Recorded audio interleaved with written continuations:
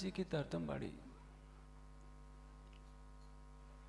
संपूर्ण मानव समाज के लिए, जिसके बारे में दुनिया केवल शब्दों से सुनती है लेकिन यथार्थ रूप से एक छपाई उस पर विशेष रूप से प्रकाश डालती है। यही शब्द उठे अवनी में नहीं कोई नेह समाना। सारी पृथ्वी से एक ही पुकार उठ रही है, सभी ग्रंथों से, सभी मनीषियों से, कि परमात्मा के प्रेम के अतिरिक्त और कुछ भी नहीं है, वही सर्वोपरि है। संसार में प्रेम नहीं होता, संसार में एक मोह का बंधन होता है।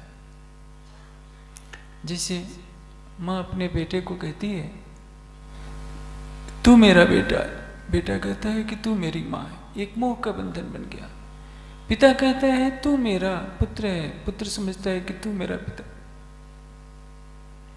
ये बंधन बनते जाते हैं भाई बहन का, संगी संबंधियों का। समय के अंतराल में सभी अलग भी हो जाते हैं। पता नहीं कौन कहाँ पैदा हुआ था, कौन कहाँ मरा, लेकिन जो समय मिला होता है उसी मोह के बंधन में अपनी अनमोल आयु को गंवा देते हैं। आत्मा का अखंड संबंध है उस परमात्मा के साथ। जैसे सागर की लहरों को सागर से कभी पृथक नहीं किया जा सकता, चंद्रमा की किरणों को चंद्रमा से पृथक नहीं किया जा सकता, फूल को उसकी सुगंध से अलग नहीं किया जा सकता, वैसे ही आत्मा का शाश्वत संबंध है उस परमात्मा के साथ। लेकिन जब आत्मा इस पंच भौतिक तन के बंधन में आती है, संसार के बंधन में आती है, तो अपने स्वरूप को भूल जाती है कि वास्तव में मैं कौन हूं। आत्मा का संबंध जब इस पंचभौतिक तन से होता है, जगत से होता है, तो उस चैतन्य को माया में आने पर जीव उपाधि हो जाती है।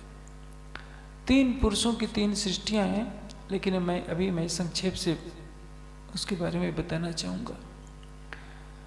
यही शब्द उठे अवनी में नहीं कोई नेह समाना, पहचान पीऊं तो अक्षरातीत ताही से रहो लपटाना। जीवन का स्वरूप लक्ष्य क्या है?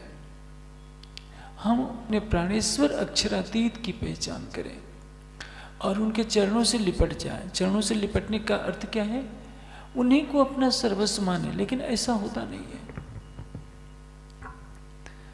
एक वयोवृद्ध व्यक्ति जिसको चला भी नहीं जाता, घर वाले भी अपमानित करते रहते हैं, अपमान का जीवन बिताकर घर में कोने में पड़ा रहता है, घर से निकाल दिया जाता है, फिर भी